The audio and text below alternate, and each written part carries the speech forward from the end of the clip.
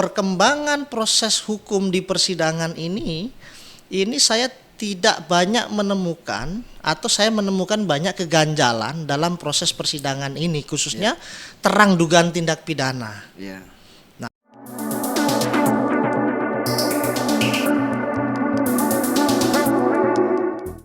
Bismillahirrahmanirrahim. Assalamualaikum warahmatullahi wabarakatuh. Waalaikumsalam warahmatullahi Selamat siang dan salam sejahtera kepada para pemirsa yang saya banggakan. Kembali lagi bersama saya Dr. Hamrin SH MH MSihan dalam program Hamrin Tolslau sebagai bagian daripada Hamrin Channel. Saya hari ini sudah kedatangan salah satu tamu saya dan juga beliau adalah sahabat saya. Gimana? Sehat. Gimana kabar? Sehat? Ya, Alhamdulillah. Alhamdulillah. Jadi sehat Pak Dokter. Aktivitas sekarang gimana? Ya alhamdulillah fokus kepada dunia akademisi dan peneliti dan ya praktisi lah. Praktisi ya. Jadi masih jadi beliau ini adalah seorang advokat ya, memang di mana-mana sudah juga menggeluti mulai dari Jogja, kemudian hijrah ke Lampung, hijrah ke Bengkulu, kemudian hijrah ke Palembang, bahkan juga sekarang lagi kembali lagi berkiprah ke Jakarta. Jadi sudah sangat luar biasa pengalaman beliau dan juga sementara lagi menempuh doktor ya di Universitas Borobudur. Lagi menempuh doktor di Universitas Borobudur, kemudian sudah tahap persiapan ke ujian SHP seminar hasil penelitian. Jadi ini kepakarannya di bidang apa ini? Di hukum tata negara. Jadi luar biasa ya di hukum tata negara. Jadi memang pemirsa sesuai dengan kita bahas hari ini sebenarnya, yaitu kita akan bahas terkait dengan amnesti dan abolisi yang diberikan terhadap Thomas Lembong maupun Hasto Kristianto. Kita kembali nih, Gi. Baik. Saya ingin kita santai saja ya karena ini adalah hanya diskusi biasa, mungkin ringan saja, tapi kita berharap bisa menyumbangkan ide dan gagasannya kepada masyarakat Indonesia yang kita cintai. Yang pertama, pandangannya kira-kira menurut sahabat saya nih, setuju nggak pemberian amnesti dan abolisi terhadap Thomas Lembong?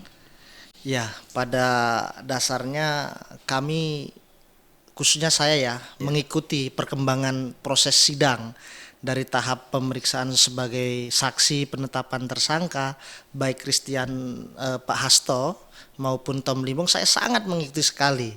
Karena ini dinamika politik hukum yang luar biasa, yang sehingga ada daya tertarik saya untuk kemudian mengikuti proses hukum yang berjalan. Oke. Kemudian kan kemarin berdasarkan keputusan Presiden itu di mana Thomas Lembong diberikan abolisi, sedangkan Hasto Kristianto itu diberikan amnesti bersama dengan 1.116 orang ya. Jadi sangat banyak sekali. Yang menjadi pertanyaan saya adalah, boleh tidak seorang presiden mengeluarkan ataupun memberikan amnesti maupun abolisi? Ya, jadi begini, jadi Indonesia itu kan adalah negara yang berdasarkan hukum ya. Bagaimana cantolan hukum tertinggi itu adalah konstitusi. Nah, norma konstitusi itu adalah Undang-Undang Dasar 1945. Dalam pasal 14 itu sangat eksplisit sekali. Di situ ada pasal 14 itu ada ayat 1 dan 2. Kalau bicara ayat 1 itu tentang berkaitan dengan rehabilitasi dan gerasi. Di mana presiden diberikan hak oleh hukum konstitusi untuk memberikan namanya gerasi dan rehabilitasi dengan memperhatikan pertimbangan dari Mahkamah Agung. Nah, yang menarik adalah dalam kaitannya Tom Lembong dan Pak Hasto ini adalah di pasal 2 di mana presiden di ayat 2 diberikan di pasal 14 ayat 2 presiden diberikan namanya hak prerogatif untuk mengeluarkan namanya abolisi dan amnesti yang dengan memperhatikan pertimbangan daripada Dewan Perwakilan Rakyat Republik Indonesia. Berarti memang kalau kita lihat ya secara hukum, artinya itu kan sudah dijamin dalam konstitusi bahwa presiden itu punya hak prerogatif, punya hak istimewa lah karena dia punya kewenangan penuh untuk mengeluarkan ataupun untuk memberikan amnesti maupun abolisi tadi. Ya. Bahkan tadi ada juga di ayat 1 disampaikan di 14 ayat 1 dia bisa memberikan gerasi dan juga rehabilitasi kan gitu. Kalau menurut pandangan sahabat ini atau saudara saya ini, kira-kira bagaimana Anda lihat di mana putusan perkara terhadap Thomas Lembong dan Hasto itu kan menjadi sebuah polemik ataupun pro kontra di masyarakat. Dan ini dianggap adalah bagian daripada perkara tindak pidana korupsi. Pertanyaannya adalah apakah Anda setuju tidak ketika seorang presiden memberikan amnesti dan abolisi terhadap perkara tindak pidana korupsi? Baik, yang ingin saya jawab adalah, yang ingin saya terangkan bahwa pertama bahwa persoalan amnesti dan abolisi yang diberikan presiden kepada masyarakat Indonesia yang sedang dalam tindak pidana itu pada prinsipnya tidak ada dalam kerangka tindak pidana apapun gitu lah ya, pidana khusus maupun umum. Nah itu, nah cuman memang dalam kerangka semangat dalam bernegara untuk menegakkan supremasi hukum, saya pikir ini ada sisi positif dan ada posisi negatif gitu loh. Nah, saya akan terangkan secara positif bahwa kenapa ini kita sambut dengan positif ya, abolisi dan amnesti ini. Nah, karena memang dari awal saya sudah mengatakan perkembangan proses hukum di persidangan ini saya tidak banyak menemukan atau saya menemukan banyak keganjalan dalam proses persidangan ini, khususnya terang dugaan tindak pidana. Nah, tapi ini terkesan dipaksakan. Nah, makanya sehingga apakah ini bisa dikatakan bahasa beberapa umum lainnya katakan bahwa jangan sampai ini hukum dijadikan sebagai alat politik. Nah, saya melihat ada kesan kesana dalam persidangan dua ini. Nah, sehingga memang secara positif saya sambut bahwa ini ya memang abolisi dan amnesti bagus untuk diberikan kepada mereka berdua, karena ini terkesan ada pesanan ya. Nah, itu yang sisi positifnya. Yang sisi negatifnya, nah terkesan bahwa jangan sampai Presiden Prabowo ini juga melemahkan terhadap penegakan hukum di bidang tindak pidana korupsi. Nah, itu juga harus kita lihat. Nah, makanya kemudian memang pemerintah hari ini atau presiden hari ini harus memastikan secara gamblang dan terang kepada masyarakat alasan apa yang kemudian dia bisa mengeluarkan amnesti dan abolisi dalam perkara Pak Hasto dan Pak Tom Limbong ini. Nah, itu yang kemudian PR yang harus dilakukan oleh Presiden Prabowo. Jadi kan artinya bahwa sebenarnya karena itu adalah hak prerogatif, mungkin yang ditakutkan juga bagi tadi adalah karena ini pro kontra, mungkin dari segi positif adalah pertimbangan politik kebangsaan kan gitu kan tadi kan. Bagaimana supaya mungkin tidak selalu menjadi polemik panjang di masyarakat, tidak melelahkan dan lain sebagainya, mungkin seperti itu. Tetapi dalam segi negatif adalah jangan sampai ini adalah menjadi presiden buruk ke depannya. Jangan sampai dijadikan contoh ataupun sampel dalam hal pengambilan keputusan terhadap amnesti dan abolisi. Nah, kira-kira kepada sahabat saya, sebenarnya kalau dilihat dari Undang-Undang Dasar ataupun di peraturan lain, ya ditemukan nggak mengenai bahwa seseorang bisa diberikan abolisi ataupun bisa diberikan amnesti karena ada beberapa hal atau beberapa poin. Ada nggak penjelasan itu yang ditemukan atau memang tidak ada sama sekali? Sampai hari ini yang saya baca di beberapa media dan beberapa keterangan-keterangan dari penguasa baik di DPR maupun di tingkat pemerintahan itu hanya soal kepentingan bangsa dan negara. Artinya tidak ada secara eksplisit yang berkaitan dengan alasan yang terang benderang secara hukum. Nah, sehingga memang saya pikir ada satu pembaruan hukum ya, agar kemudian tidak disalahgunakan terhadap amnesti dan abolisi. Kenapa disalahgunakan? Maksud saya, semisalkan nih ke depan kita berganti presiden. Lalu presiden itu ada hubungan terhadap narapidana tindak pidana korupsi semisalkan. Lalu kemudian dianggap sebagai ini kewenangan prerogatif presiden, dia bisa bebaskan dengan menggunakan amnesti dan abolisi gitu loh. Nah, sehingga memang secara kriteria ini nggak ada. Hanya saja memang kerangka besar terhadap konstitusi itu, undang-undang dasar itu hanya hak prerogatif presiden saja amnesti dan abolisi gitu. Dan itu terserah presiden dengan pertimbangan. Berarti mohon maaf dia, dalam gitu. hal ini bisa saja keputusan amnesti dan abolisi bisa saja subjektif kan? Betul. Ataupun bisa saja juga orang melihat dalam kacamata mungkin mohon maaf ya, dalam yang masyarakat melihat ini subjektif ini bukan objektif. Karena ini kayaknya hanya kepentingan saja yang dikedepankan. Tapi harusnya kalau tadi saudara menyampaikan bahwa harusnya pertimbangannya real gitu kan. Kalau real ataupun terang benderang disampaikan di masyarakat, maka supaya tidak menjadi polemik panjang kan gitu. Memang hari ini kan sudah tentulah tidak ada keputusan yang tidak mengenai pro dan kontra. Tapi kalau saudara lihat sebenarnya kira-kira nih ya, nalar yang hari ini kalau kita hubungkan dengan perkara Thomas Lembong ataupun Hasto dalam tanda kutip, apakah di sini ada nggak intervensi politik selama ini, ataukah memang benar-benar pure bahwa itu adalah kejahatan? Ya, jadi pertama saya akan terangkan dulu amnesti dan abolisi ya. Amnesti itu prinsip dasarnya itu adalah penghapusan pidana. Jadi semua pidana baik sedang proses atau sedang vonis itu sudah harus dihapuskan. Nah, itu diberikan oleh Pak Hasto. Nah, itu amnesti. Nah, abolisi itu menghentikan proses hukum yang sedang berjalan. Nah, kalau dalam kerangka teoritisnya hukum yang sedang berjalan itu ya sedang dalam menghapus tuntutan dan apa yang sedang dijalani. Nah, secara teoritisnya begitu gitu loh, secara abolisi.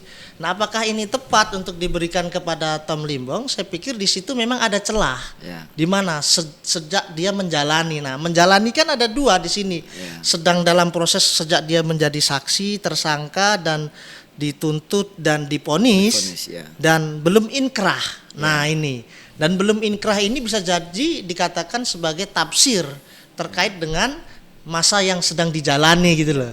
Tapi bagi saya dalam kerangka berpikir saya adalah sedang masa dijalani sebelum ponis gitu loh. Tapi memang praktik di Indonesia ini terjadi amnesti abolisi itu dilakukan setelah ponis atau putusan gitu loh. Semisalkan Sri Bintang Pamungkas, terus kemudian Mutar Papahan. Ya, biasanya amnesti dan abolisi itu diberikan terhadap permasalahan hukum yang bersifat kuat kaitannya dengan politik.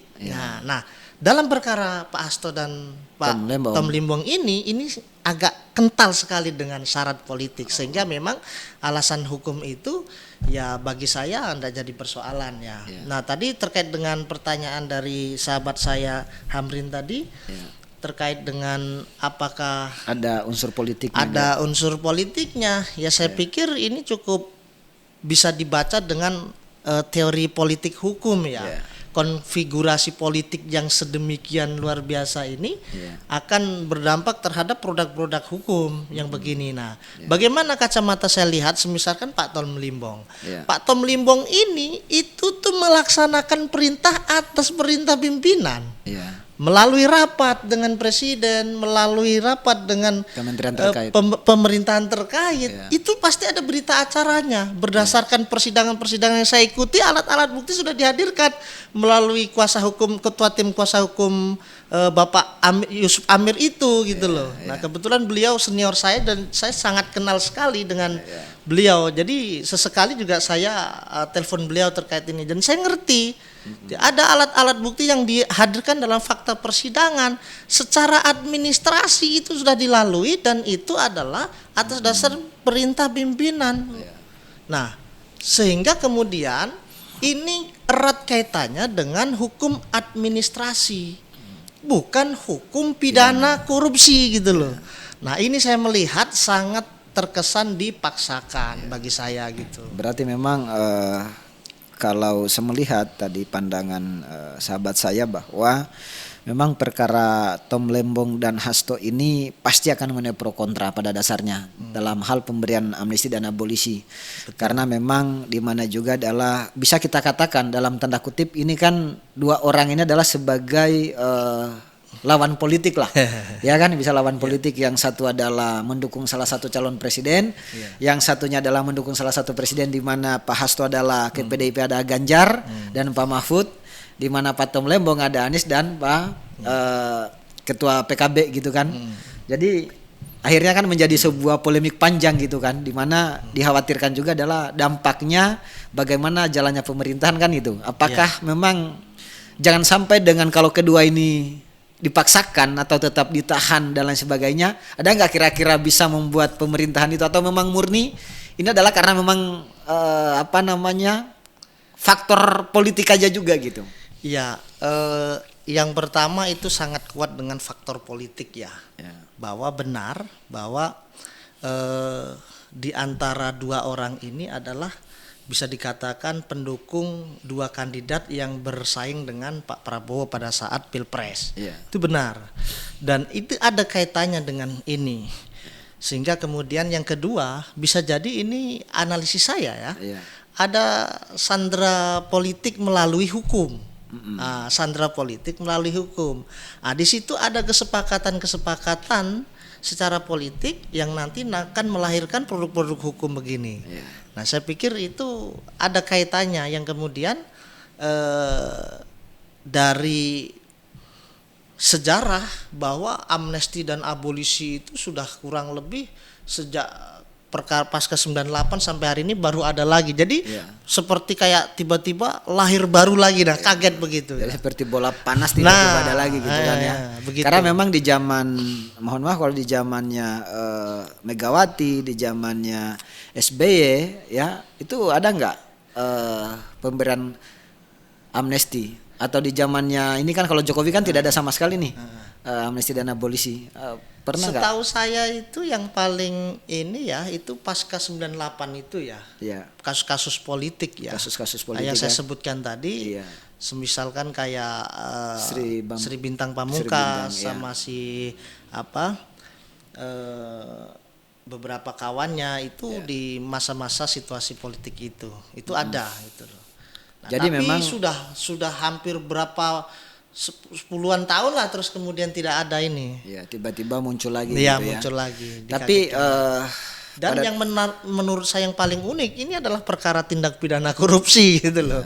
Nah, itu makanya kita harus memang hati-hati dan waspada dalam menyikapi sisi positif dan negatif terhadap amnesti dan abolisi ini. Karena memang kan ditakutkan ya, mohon maaf kalau saya melihat juga adalah ini efek kedepannya juga kita takutkan seperti yang tadi narasumber sampaikan juga, jangan sampai nanti pasca nanti mohon maaf Prabowo sudah selesai masa jabatan atau misalnya 2 periode misalnya terpilih lagi dan selesai, ada presiden baru, kemudian tiba-tiba ada teman ataupun sahabatnya juga ternyata dalam tanda kutip dia rasa ada dekat banget.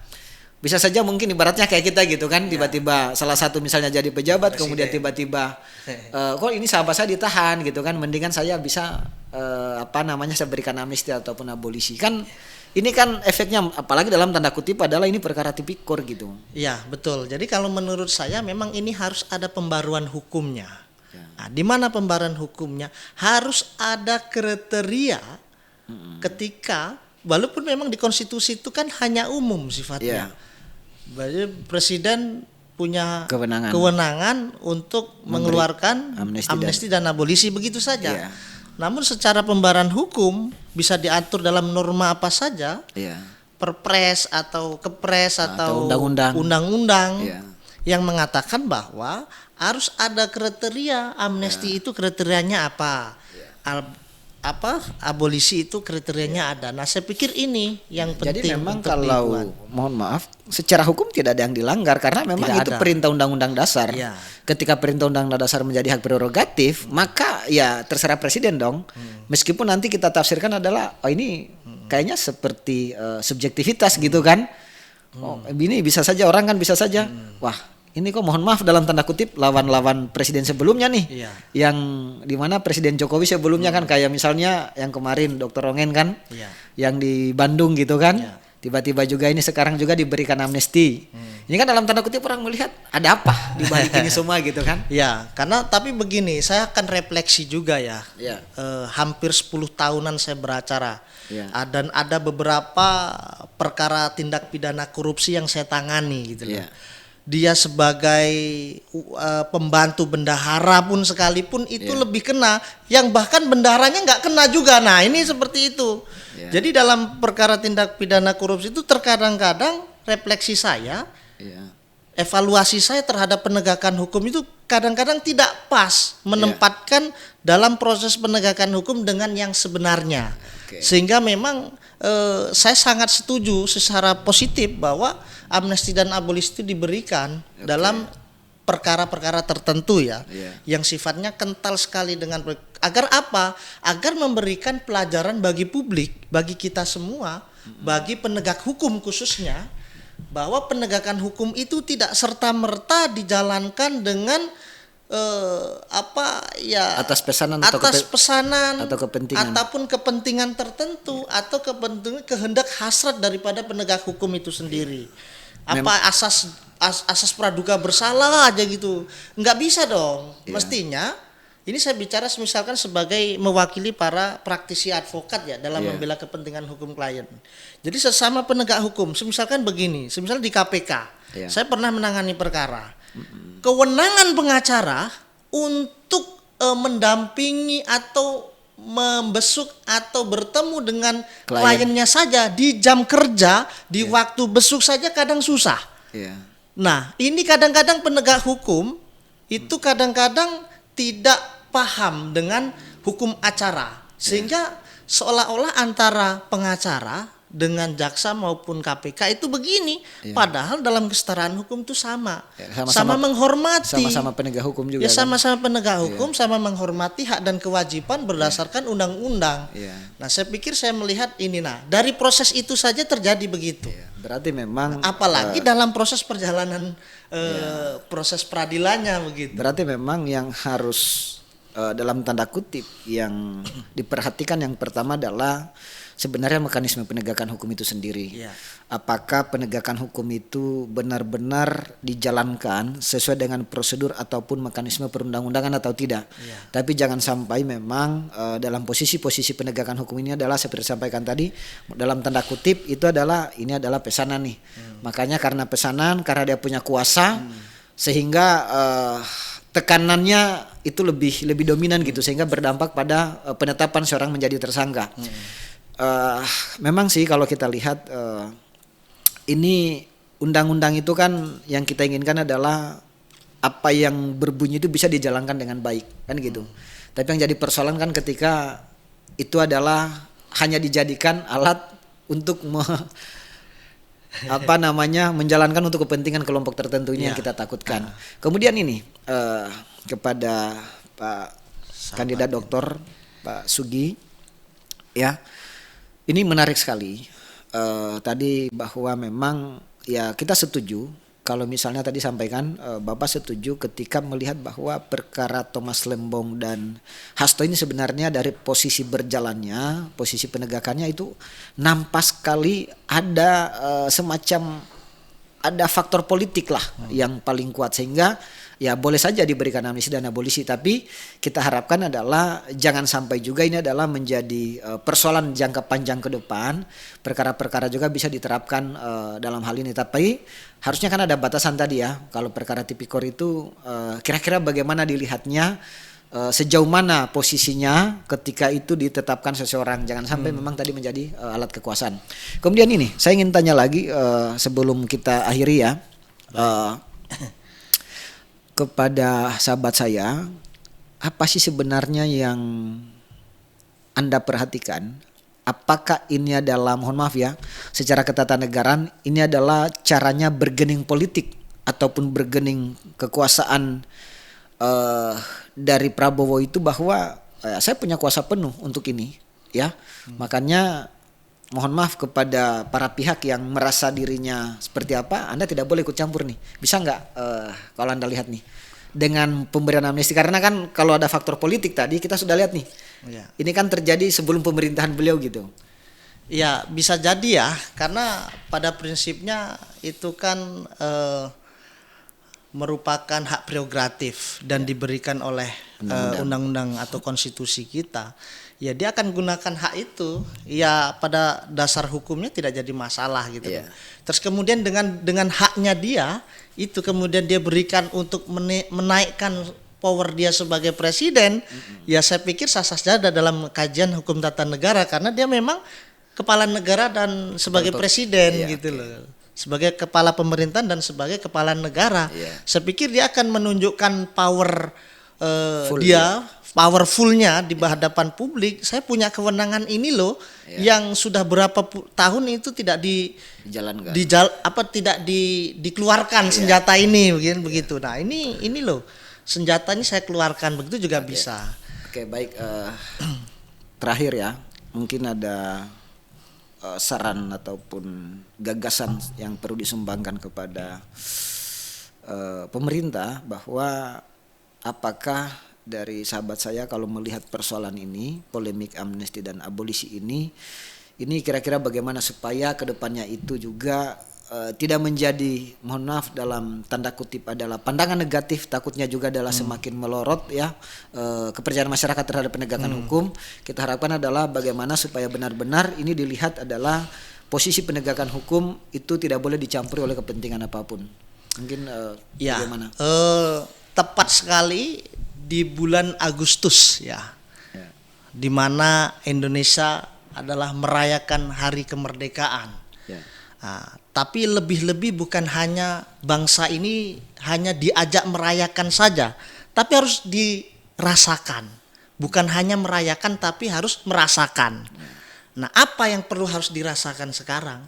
Yaitu ketidakadilan hukum harus diadili secara hukum. Kenapa? Evaluasi saya di hari kemerdekaan ini untuk Indonesia adalah kado yang bertajuk tentang penegakan hukum. Siapa saja yang sudah melalui proses hukum, proses peradilan, yang juga tidak mendapatkan keadilan, maka ada yang lebih besar sebagai kepala pemerintahan dan kepala presiden untuk dapat menggunakan haknya sebagaimana perintah undang-undang. Nah, saya pikir itu poinnya. Nah, yang kedua, saran dan masukan saya, tapi ini tidak boleh serta-merta diberikan kepada narapidana atau sedang proses pidana apa saja dengan mudah diberikan.